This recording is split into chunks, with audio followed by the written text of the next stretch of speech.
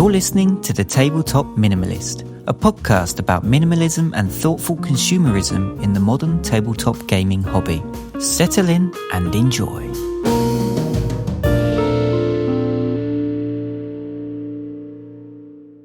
Hey, this is Ricky. Hi, this is Jamie. And welcome to episode 1 of the Tabletop Minimalist, a podcast that discusses the tabletop hobby from a minimalist perspective. This is our very first episode, so we're going to jump in and talk about just briefly who we are as gamers and as people, and then we'll talk a little bit more about what we mean by this perspective for the podcast going forward. So, Jamie, why don't you tell me a little bit about yourself? Sure. So I'm a 37-year-old American. I'm originally from the U.S., but I've been living in East Asia the past 15 years. So almost 3 years in China and then 12 in Taiwan, where I currently reside. As for gaming, I've been playing, I guess you could say, modern board games for about the past 5 years. Taiwan must be a cool place to live. Oh, it's great. Obviously, been here 12 years, so I guess that's testament enough that it's home now. Yeah, it's definitely more interesting than where I'm from.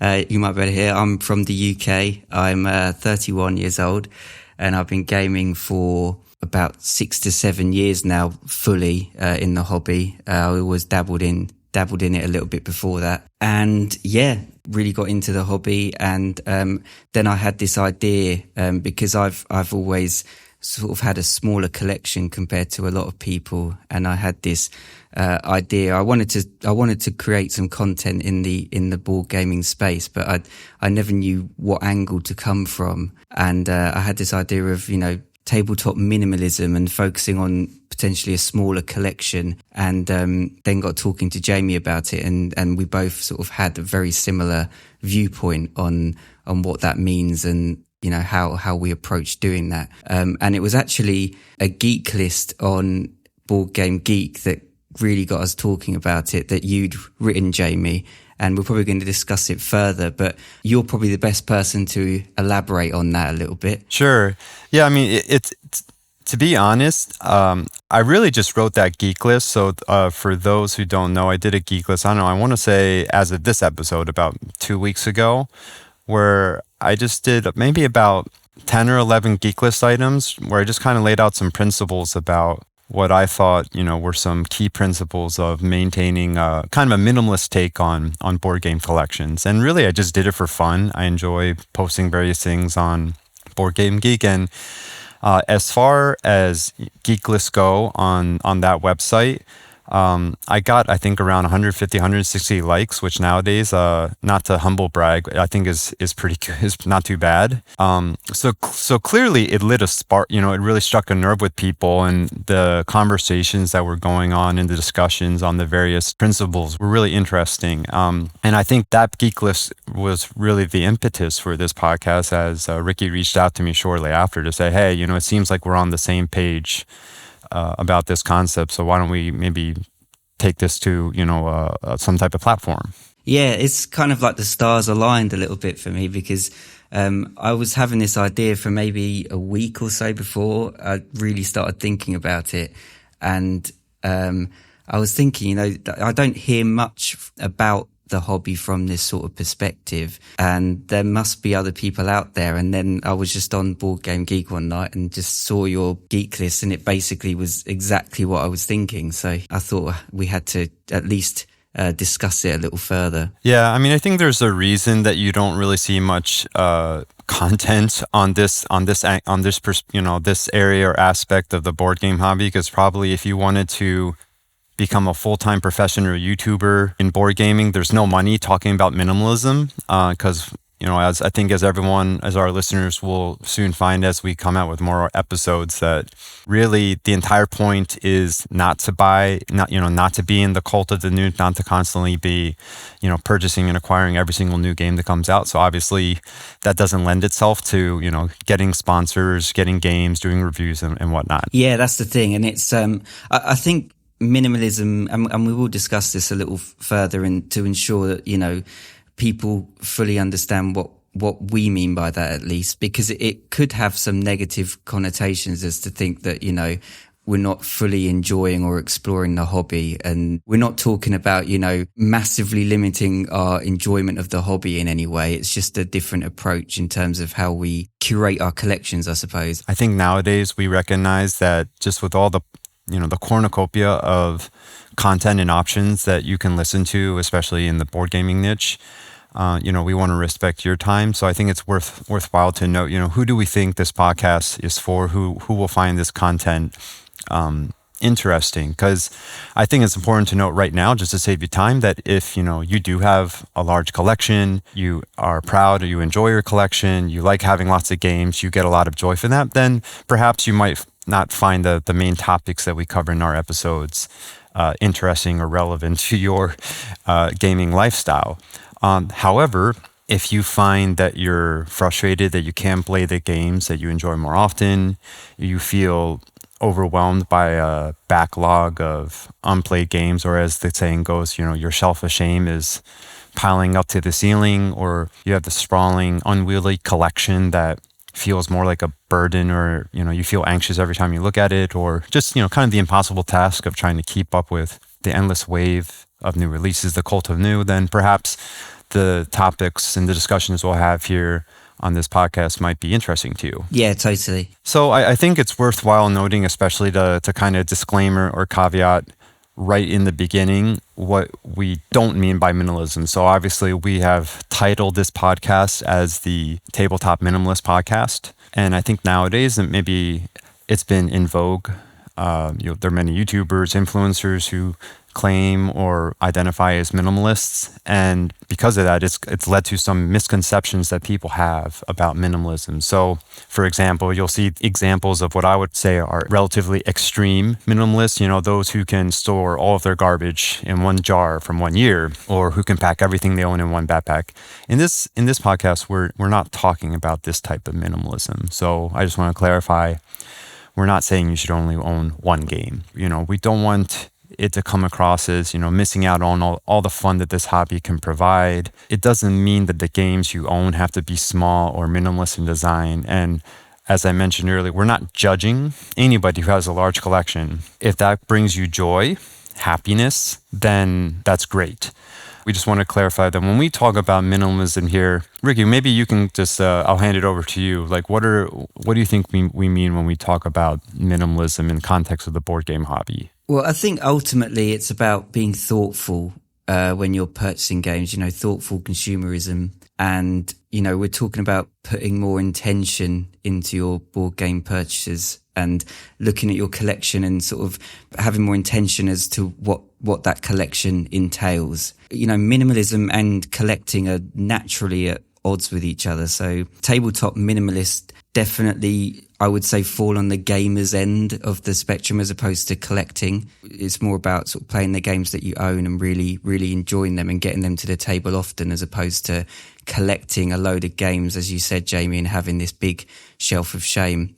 Another point that I think is important is that it doesn't mean that our collections are like complete by any means. Mine certainly isn't, but it doesn't mean necessarily adding a lot to it. It's more about rotating and tweaking that collection, getting rid of games, replacing them until you're happier. And that might be a constant process that just, it never ends. But that's at least how I view my collection, as something that's going to be rotating over the years. It's interesting that that point you just mentioned about kind of rotating and tweaking and curating, because in the Geeklist that I published, I would say, fortunately, it was like a lot of the feedback that I got in the comments overwhelmingly was very positive and constructive. And in fact, even I would say one of the few critiques that I received, which was also very constructive, kind of mentioned, if you kind of have this constant turnover and process of curation, isn't that really just kind of a hidden form of consumerism, or you're just, consumerism in a different form? And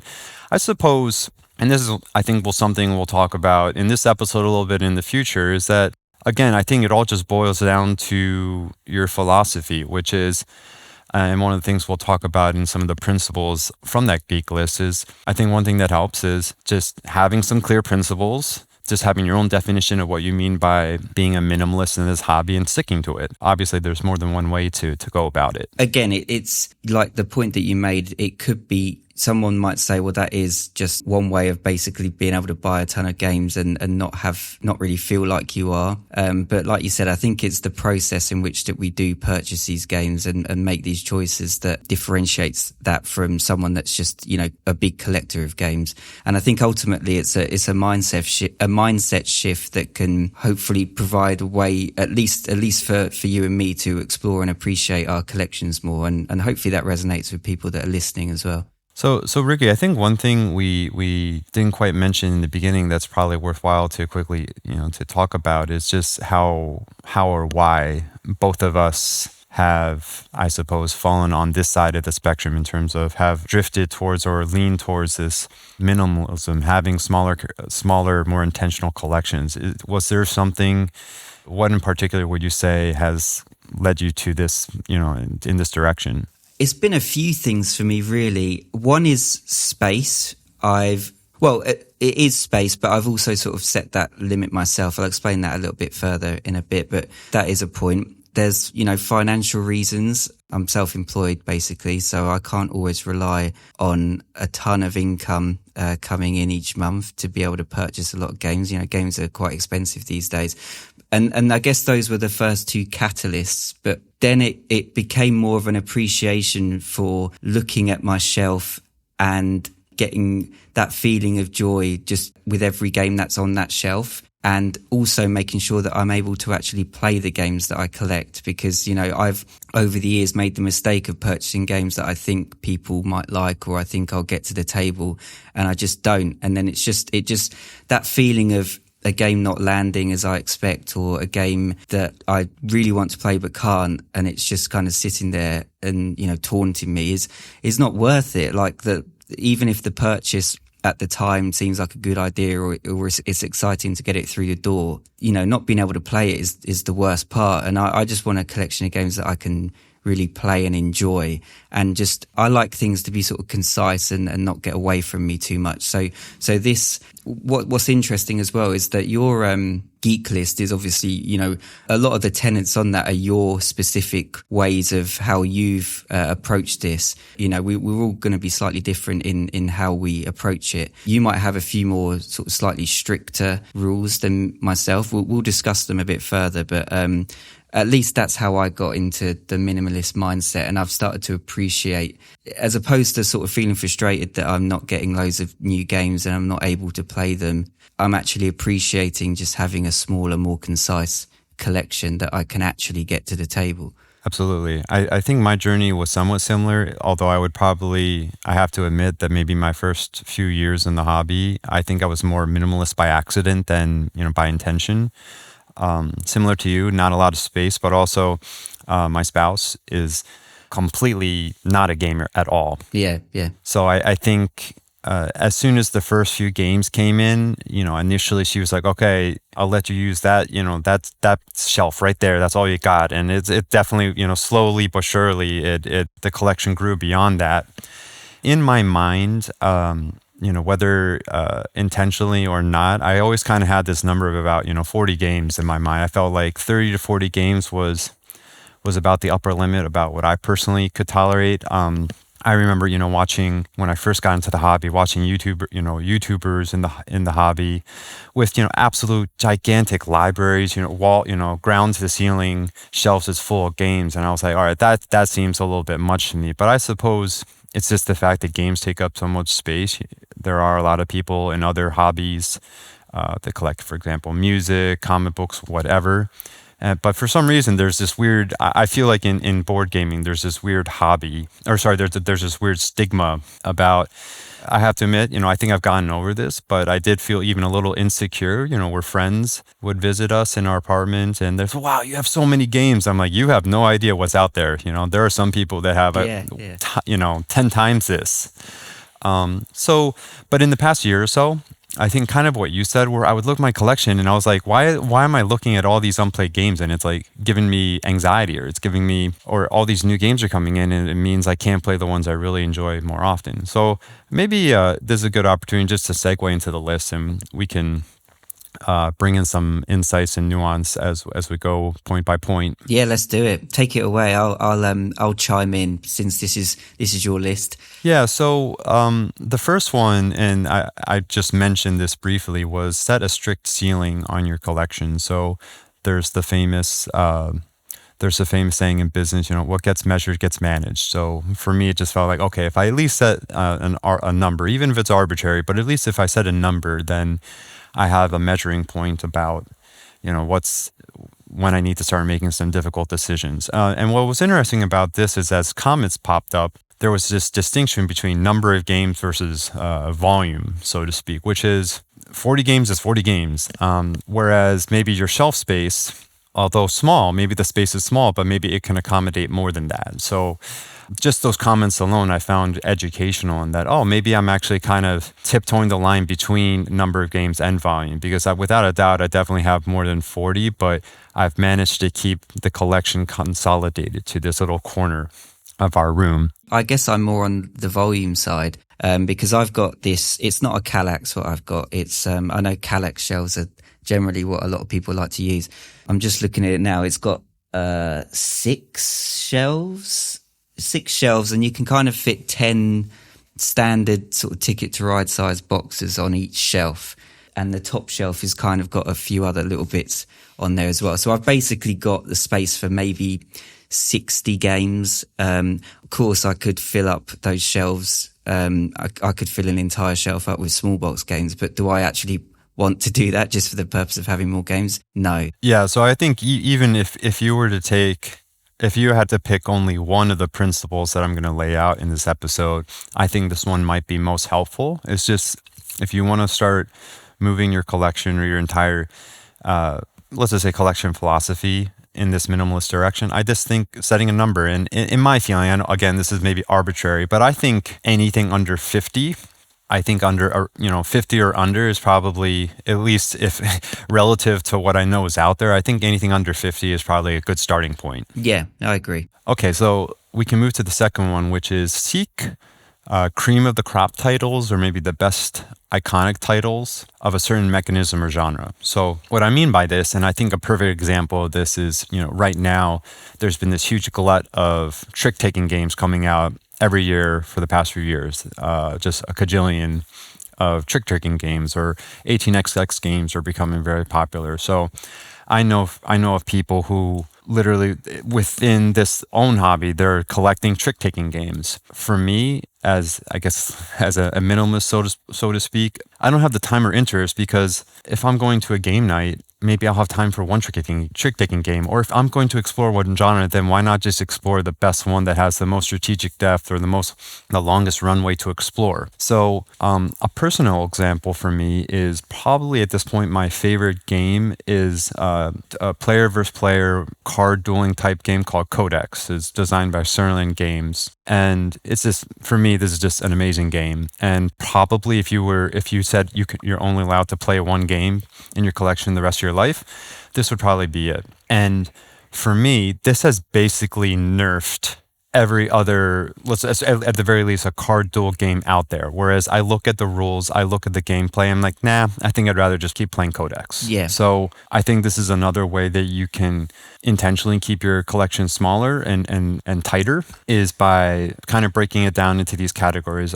For example, I'm not a huge Euro gamer, but I have, I think, 1 or 2 titles that for me are like, if I'm going to play Euro games, these are the ones I want to play. I don't want to explore every single one that comes out. Yeah, there's so many games that come out all the time that it seems like an endless task if you were to try and have such a wide collection of one genre in your collection, such a wide range of one genre. A good example for me is party games. I generally play a lot of 2-player games and 3-player games as well. Very occasionally I'll get a party game or a sort of a group game with family, but it's once or twice a year, if that. So really I only need 1 game, 2 games, for that, because these people aren't gamers. They don't really want to learn new games all the time. And they would prefer to play something that they're familiar with. And also, if I'm only getting to play this game once or twice a year max anyway, why would I then not play that and choose something else and then just have this other party game on my shelf that gets played once every 3-4 years. Do you know what I mean? So yes. that's a good example from my point of view, definitely. And so you just brought something up. This principle wasn't in my in my geek list, but I think it is worth noting. Maybe we can touch on it in a later episode. Is don't buy or acquire games for what if scenarios or hypothetical situations. Oh, if my brother brings his kids over, I can play it, or with something for my non-gamer friends. I'm going to have 10 games just to see if I can find one that hits with them. I know a lot of people will acquire games with this type of thought process. Yeah, I've been guilty of that before, and it comes from a place of excitement. You want to share this with people, and if you can, then great, if you've got that opportunity, but sometimes it doesn't always land. And I think learning that, at least for me, was quite a big part of this journey, is to, really hold back on those purchases and be realistic about whether I can actually get them to the table or not. Yes, so we can move on to the next one. So in this one, I mentioned establish a process for buying or purchasing new games. So I think the impression that people got from my writing on this part was like, oh, he has this like strict draconian process, checkbox. It's not that SOP like, but I do kind of go through a rough process where, for example, I'll watch videos on YouTube, I'll do some research on Board Game Geek, I'll read comments, I'll read reviews, I'll read Geeklists. See, just try to I'll see what my geek buddies are talking about, just to get a general pulse if this game is going to be right. And typically, just alone through going through this process, I can filter out a lot of games that are not worth purchasing. And this kind of segues nicely into the next one on the list, which is kind of use this hell yes or no question, or this razor, which is, for example, after you've done some of this research, do you still have this like, hell yes, I want to get this game, or and I feel like that's a really good heuristic for making these decisions, because even if after you've done all this research, you're still like, hell yeah, that sounds awesome, then I think you're justified in hitting the buy button. Yeah, I agree. I mean, I use, I've started using a lot more frequently, a lot more diligently, the wishlist feature on Board Game Geek. And I'll add games in that I'm thinking about, but I'll let them sit there for a little while, and then I'll read the reviews and get a feel for it and whether it's something for me. And if I'm still going through that wish list, however long down the line, and I still get that feeling, then I know that it's probably a good purchase to make. But that weeds out quite a lot of games for me. And yeah, you're right that if I'm not feeling really excited for a purchase, I don't see the point in making it anymore, really. Absolutely. And I think the next principle, which I said, is ruthlessly call.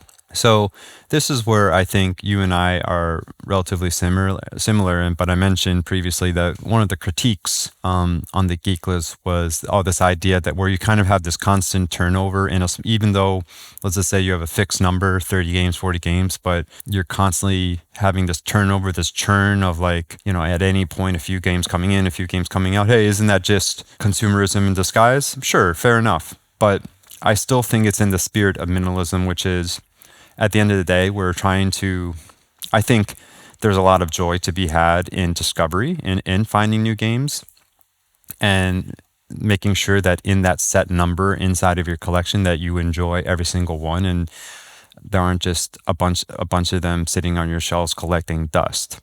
So what I mean by ruthlessly cull is kind of, if between our animal brain, our feelings, and let's just say Vulcan Spock logic, cold logic, try to err on that side, which is, look, I haven't played this game in 2 years, it needs to go. And I think a good personal example of this was in my first few years of the hobby, my ultimate favorite game was Spirit Island. There was a period during the pandemic where I think I must have sold it out over 100 times, easy. And it was funny, as of just a month ago, I hadn't played it in over like two and a half years. I was just, for whatever reason, I just did not want to play it. After a while, I think one day I was walking by the shelf and I saw it. I'm like, I need to sell this. I don't really want to play it again. It needs to go.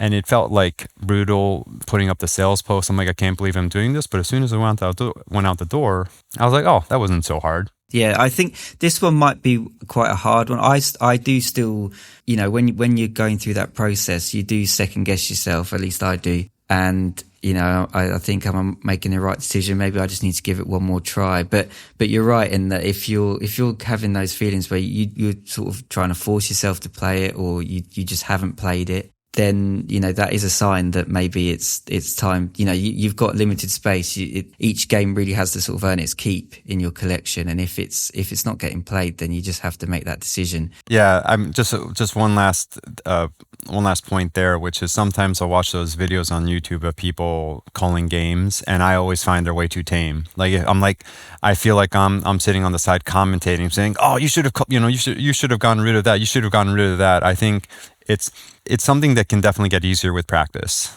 Yeah, sure. yeah, and you do. I listen to a lot of great board game podcasts, and again, this isn't a knock at all. But when I hear that people say, "Oh, I haven't got that to the table in 3-4 years," and that to me is like, that's a sign. It's like, do you really want to keep it, or is that a sign that you should move on? And again, if they want to collect big collections, then, all power to them. But that's just the thought that I have. I'll be like, oh, if I haven't played that in like 4 years and it's just sitting there, then I should probably get rid of that. Yeah. And so I think that kind of leads into the next principle, which I said is be hyper realistic. So I learned this from a book.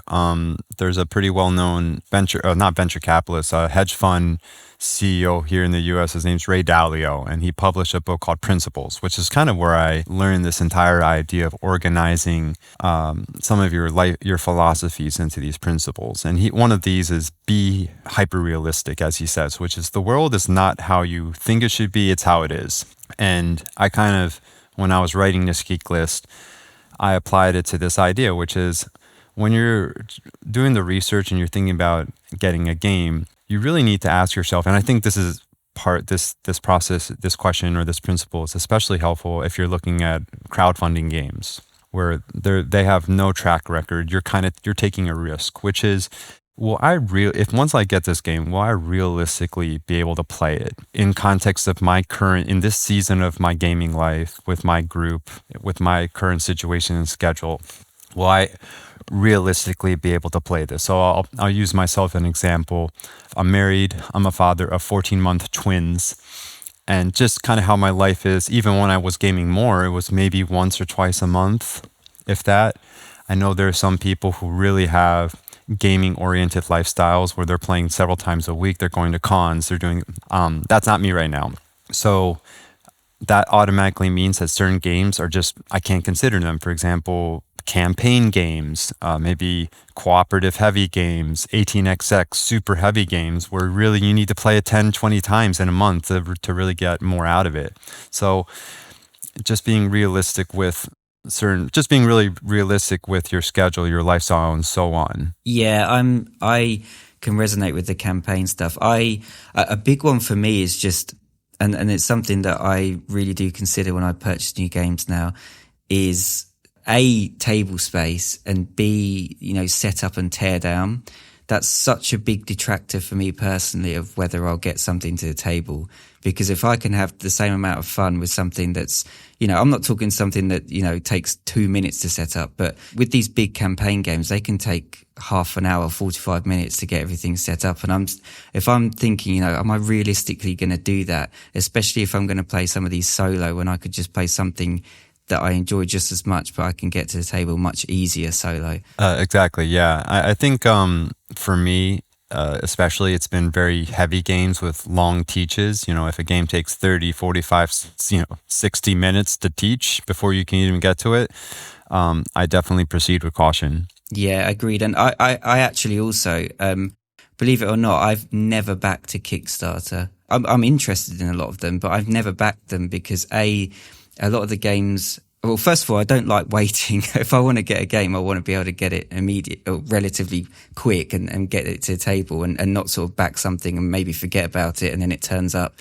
And, you know, a lot of these are big campaign games, or if they're not campaign games, they come with loads of stretch goals and loads of additional content. And it's like, will I actually get this played? So, that's, yeah, again, Kickstarter's not really a route that I go down, haven't gone down. And I certainly wouldn't now, especially I've got this mindset more in my head. I think this could make for an interesting episode because I have backed games in the past and I still do occasionally do, but I do believe, you know, with application of some of these principles, you can still do it with intention in a thoughtful manner. So that could be an interesting debate in a future episode. Oh yeah, certainly. So I think the next one, and this is just my general gut feeling, is that I think we just need to recognize that the majority of games that come out are average or mediocre at best. You'll often hear a statistic, I don't know how accurate it is, but you know, something around, they'll say at least 2,000 or 3,000 games are being published every year, probably more than that, but let's just say 3,000 just for a number. And we know that a lot of publishers, that the board gaming business is tough and they need to get games out and they don't always have the ability or time to properly play test and really put these games through, you know, the repetitions that maybe they need to be excellent games. So I think it follows the bell curve that, you know, there are some outliers that are fantastic. There are some outliers that are just plain bad and probably mostly average or mediocre in the middle. And with that being said, I think that can just help plant the mind in our heads that the games need to prove themselves to us before getting them. Yeah, and if you look at most content creators, you know, they'll play thousands of games, and you know, there's only a small selection that, you know, they would consider 9s or 10 out of 10 games. For me, I sort of learnt this in practice earlier on. When I was collecting games, and I wasn't purchasing loads of games, but I didn't have this minimalist mindset just yet. It was more a case of buying games as and when I could because I was new into the hobby and excited. And one thing I used to do is try and buy quite a few used games as opposed to new, you know, just because you can get them in great condition. If it can keep a game circulating in the hobby, then great.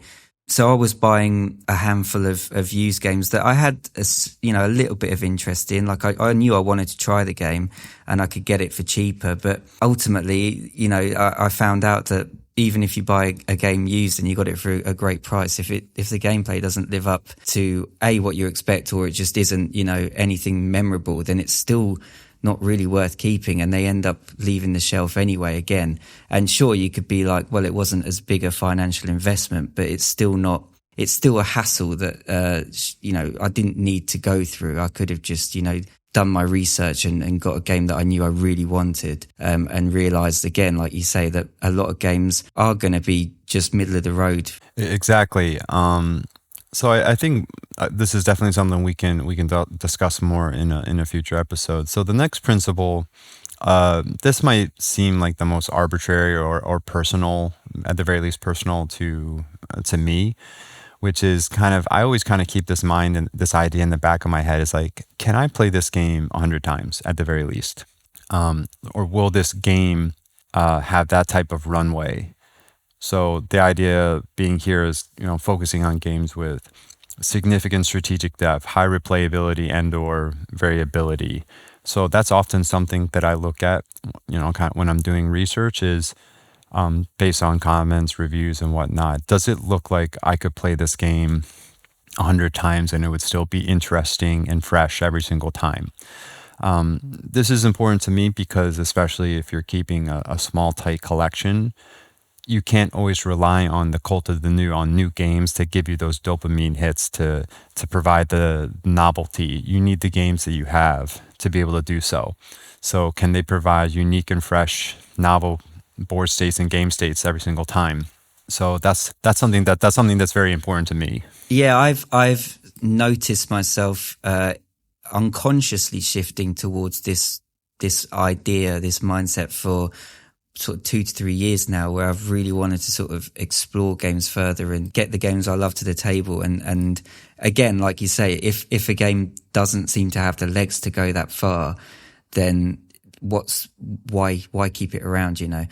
I wanted to ask you actually, just quickly, like, do you remember, did you, because when I first started the hobby, I was excited to play like everything, but I do remember not suddenly feeling one day, but I guess realizing that I wanted to explore the games that I had more. And for you, was that because you'd already sort of implemented a strict ceiling on your collection, or was it something that you realized you were doing anyway? And then, you know, it just fed into this minimalism idea. I think it was something that came more by accident. I can think of several times where, you know, I might not play with the same group of people for months, for half a year. Yeah. So I would go through this time. I'm spending 30 minutes teaching all these rules for this heavy Euro. And, you know, we have this very fun but kind of tedious learning game. And I'm like, that's fun. We got to play that again soon. And then we don't play it again or if at all, maybe for months. And I just remember kind of that happening more and more and getting kind of tired and fatigued by that, where it's like, you know, it'd be really nice if, you know, because especially on game night or game day, it felt like I wanted to bring new games. And I'm like, this is kind of getting tiring where I'm only getting to experience these games at this really superficial level, not getting to explore it. Yeah.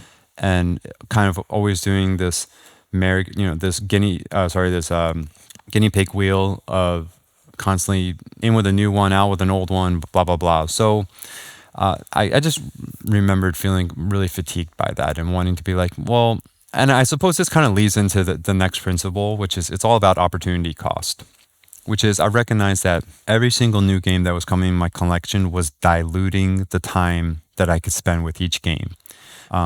So just a hypothetical scenario here, you know, for example, if someone owns 365 games and let's just say they play one different game every day, then that means, you know, it'll take an entire year for them to cycle through their collection. And to me, that's a non-starter. And this one resonates with me a lot, is that, you know, if you had a collection of, you know, 365 games, you're going to play your favorite games once, or there's going to be a ton of games that you don't get to the table each year.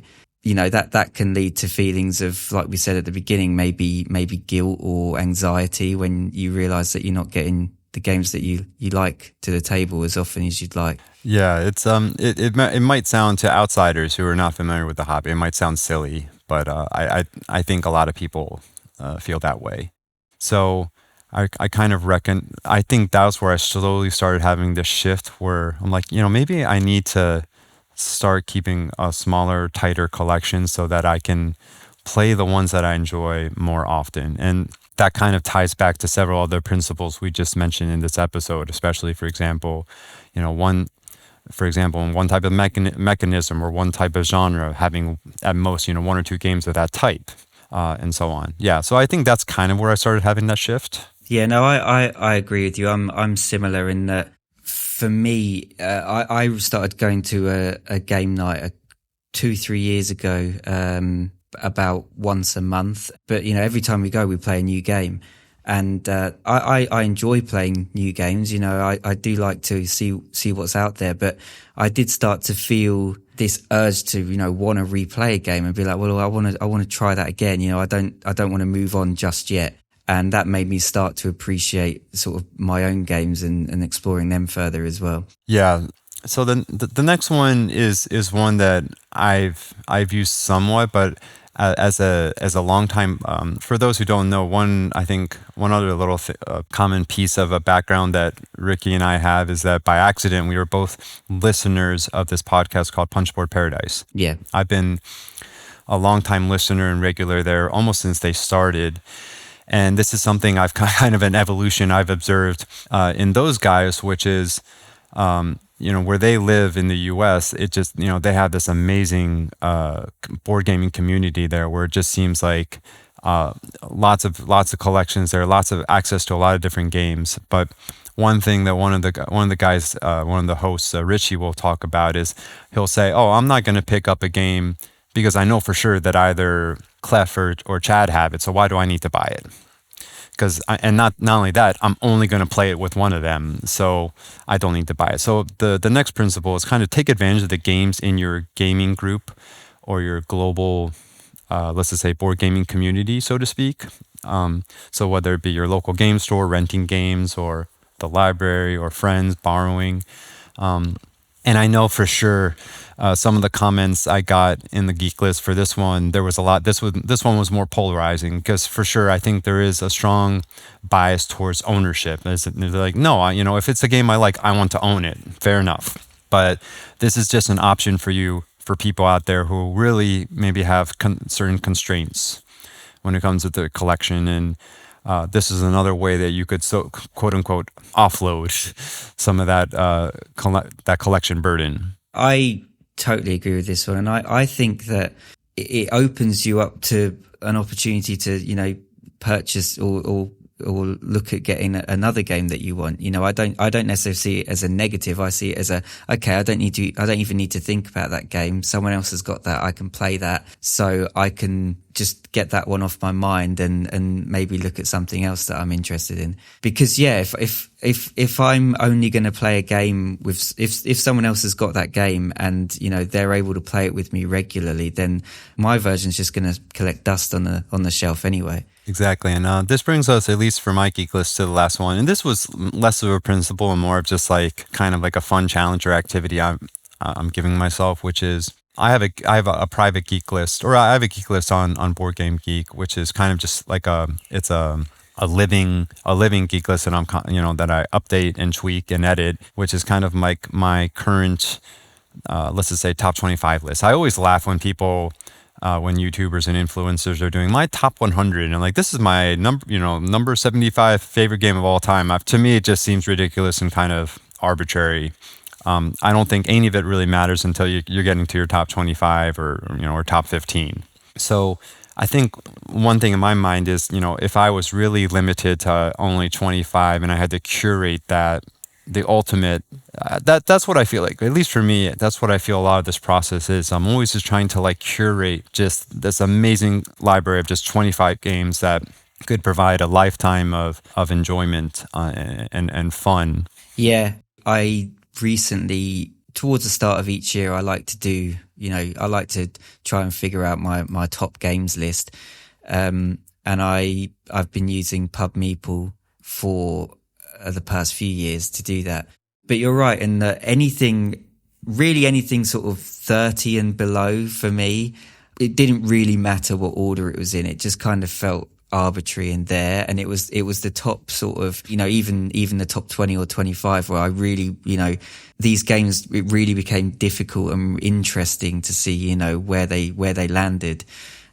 So and from that, I do think that at some point soon in one of our first handful of episodes, we should definitely run through our own top 25s, and hopefully that will give the listeners an idea of what we like to play as well. Yeah, I think that would be a fun episode. I mean, again, I think we touched on this briefly in the beginning of the episode.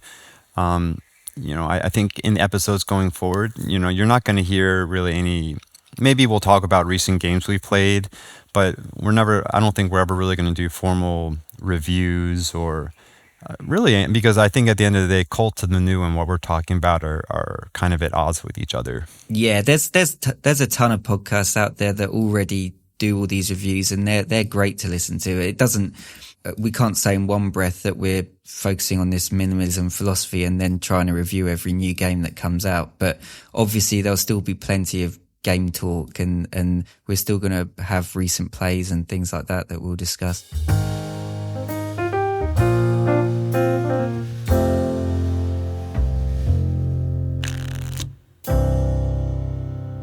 So I think just to top off this first episode, just so we don't drag on too long, I think one thing that we're going to make a regular part of our episodes is at the end kind of what we call a wildcard segment, where maybe there's a question.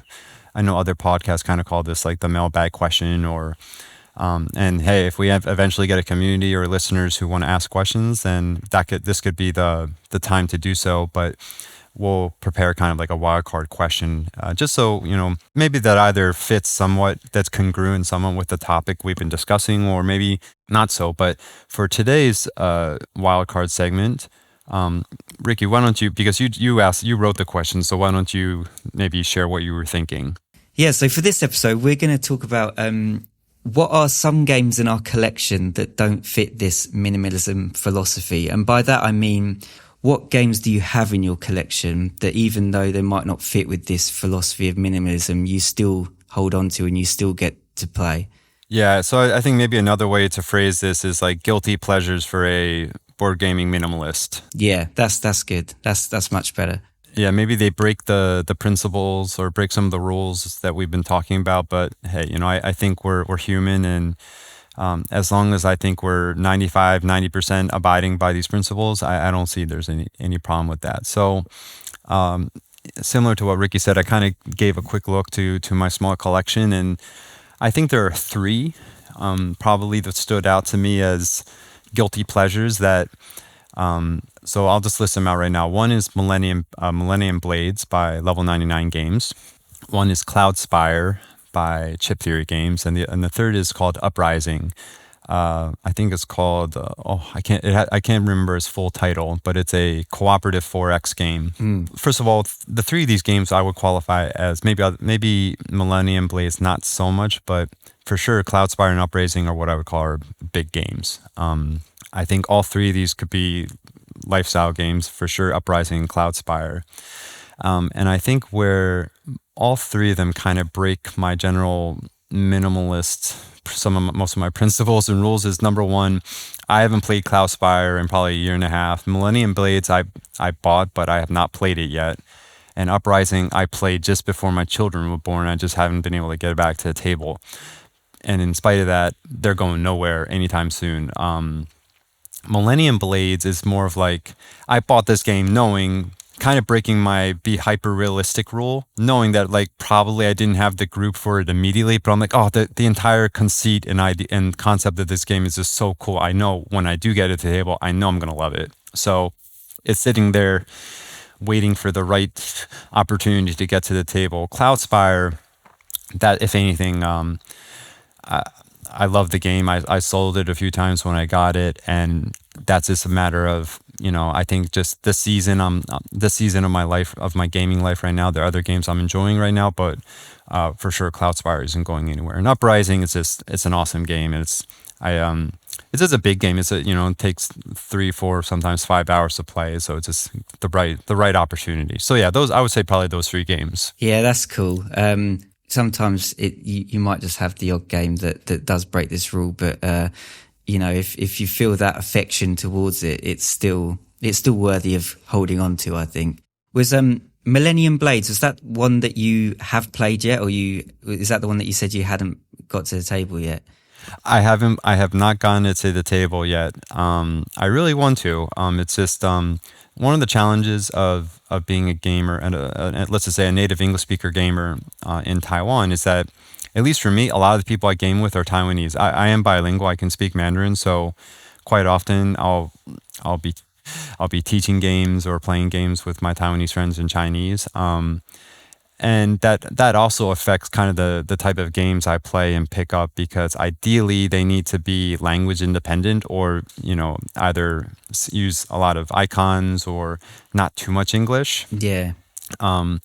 So Millennium Blades, that's another thing that's made it difficult, is because it is somewhat text heavy. Yeah. So it would be, unless I bought the Chinese version, or just really, it would be a lot to ask of my Taiwanese gaming friends. But I'm going to make it happen. I really want to get it played this year. Yeah, that's a game that I've never played. I've seen a few videos of it, and it's really a one of a kind game. So I can see why you want to hold on to that and try and get that one to the table. For me, I can only think of two right now. I'm going to try and think of three as well. But the first one is Le Granca, and it's the deluxe master set that I've got. So it's the massive big box. And like I said, I don't normally get sort of big Kickstarter games with loads of, additional content. This one does. It has like 14 extra modules, and I didn't kickstart it, by the way. I did get it from retail, it's a game that I really enjoy playing, and I haven't got through even half of the extra content yet, but it's still one that hits the table, and I won't be getting rid of it because I love the game. Another one is Civilization: A New Dawn. So this kind of hits the philosophy for me, because it's a Civ game that you can play in a shorter set amount of time. A lot of the traditional Civ games, are all-day affairs, but this one you can play in sort of, I think it overstates how fast it is. It's not as quick as what it says. At least for me, it's still like a 3-hour game, and the setup is an absolute bear. Like, it's just, there's tokens, there's tiles everywhere, cards everywhere. So it is a big commitment to set up, but it's a lot of fun, and it gives me that feeling of playing a sort of a bigger game it is more condensed than those games, but it is still not something that I would, if I saw that setup and I just isolated that by itself, I wouldn't be picking that game up. But it's the rest of the gameplay and everything that comes with it that I enjoy. And then the last one, I'm trying to think, it might be Dominion, actually, the last game, looking at it. Okay. And I actually only own the base set of Dominion, in physical copy myself. I've played plenty of the expansions, and the reason for that one is that I generally play on the app now. They have a really great app, and I've put in like at least 200 games on that app. And therefore I don't often get the actual main game to the table, but I love that game so much that I don't think I will ever get rid of it. And I still can see myself playing it. And obviously I prefer playing games in their physical form wherever I can. But I think those are the three, just looking at my shelf now, and off the top of my head, I think they're the ones that stand out to me. Yeah, just kind of, this wasn't on my list, but kind of a similar example to what you just mentioned with Dominion is back in January, Sterling Games was doing a Kickstarter for not even the second edition, just kind of a somewhat similar game to one of their old classics called Yomi. So it's called Yomi 2. And it has a digital version on Steam. So I bought that first to try out the game, and I was like, this game's awesome. And in fact, the digital version made it so easy to play and so fast that I'm like, with this, do I really need to spend all this money on the full set? And one of my side hobbies of board gaming is kind of print and play and game crafting and whatnot. So I was like, you know what? I'll just buy Yomi 2. Some of the print and play files are on sale on their website. So I just bought like a few of the characters, and I can kind of, that way I can craft a few of the characters at the time and play them out, and then if I want some more, I can just do that. And it's kind of like this drip feed style of experiencing the game. But it's a similar thing to you. I still do enjoy the tactile nature of playing games, with other people. Yeah, definitely. So I think maybe just to I think that's pretty much all we wanted to talk about in this first episode. But I think it would just be fun because, a lot of this episode we were talking about principles. I think a fun thing you could do is, if you do, depending on where we publish or post this episode, if there's the ability to leave comments, what are some of your principles when it comes to your board game collection? And I imagine people who are listening to us probably share some common principles or ideas and philosophy about this. So what are the ones that work for you? If there's the ability to comment or share your thoughts, please let us know. I imagine maybe we'll add a guild or something on Board Game Geek in the near future. So let us know what you think. And if you enjoyed this episode, please be sure to leave a review, because obviously this is the first episode and we want to try to get some more visibility and awareness about this podcast. I think there is clearly a small movement of minimalist gamers, particularly when looking at your Geeklist, Jamie, and the responses that you've had and how this podcast even came to be. So yeah, please do let us know your thoughts and in terms of minimalism, and also if you liked what you heard, then please let us know. That would be really great. And like I said, this is our first episode, so we're ironing out a few creases, but moving forwards, we do want to talk about loads of different topics that are related to this sort of niche in the hobby. So thank you all for listening, for bearing with us in this first episode, kind of like a learning game for us, but in podcast format. Yeah. But we hope you enjoy it. We hope you enjoyed the discussion, and we look forward to sharing more with you in the next episode. Thanks, everyone, and see you next time. You've been listening to the Tabletop Minimalist. If you enjoyed the show, maybe leave us a review and follow us on our Instagram at the Tabletop Minimalist. You can also drop us a line at hello@thetabletopminimalist.com. Thanks for listening, and until next time, so long and happy gaming.